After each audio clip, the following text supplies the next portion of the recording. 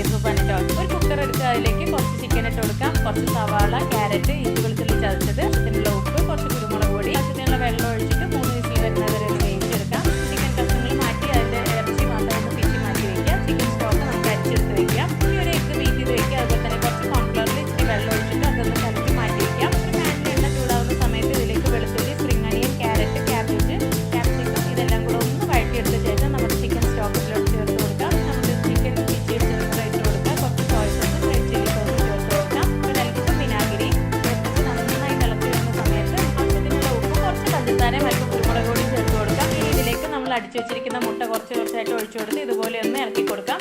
Cornflour കലക്കി വെച്ചതും കൂടെ ചേർത്ത് കൊടുത്തിട്ട് ഒന്ന് തിളപ്പിച്ച് കഴിഞ്ഞാൽ സൂപ്പ് റെഡിയായി.